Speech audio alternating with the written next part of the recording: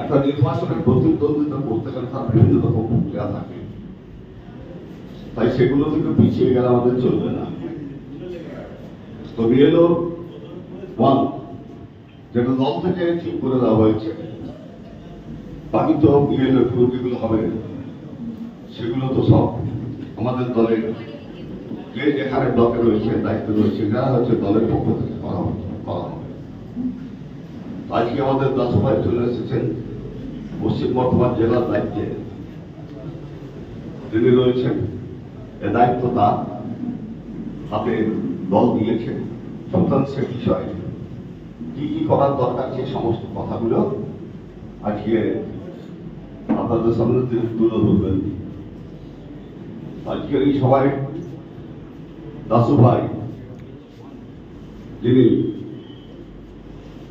তৃণমূল কংগ্রেসের এক বক্তব্য তারা বলবেন, আমি এই সভাকে পরিচালনা করার জন্য কাঞ্চনের হাতে মাইক্রোফোন তুলে দিলাম। আমাদের মধ্যে উপস্থিত হয়েছে শ্রদ্ধেয় দাদা নরেন্দ্র চক্রবর্তী মহাশয়। নরেন্দ্রকে স্বাগত।